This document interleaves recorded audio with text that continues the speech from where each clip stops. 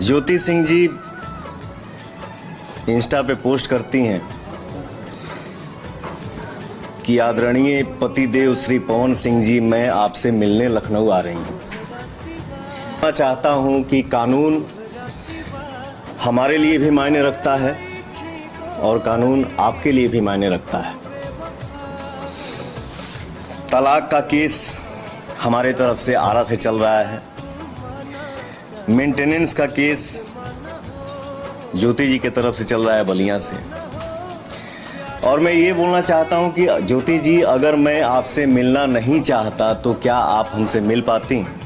मिले ज्योति जी थीं, उनकी बड़ी बहन जूही जी थीं, उनके छोटे भाई दुर्गेश जी थे और एक नया लड़का जो उनका सोशल मीडिया देखता है। फिर उन्होंने बोला कि मेरा तलाक का मैटर जब तक क्लियर नहीं हो जाता है तब तक मैं यहाँ से हिलूंगी नहीं।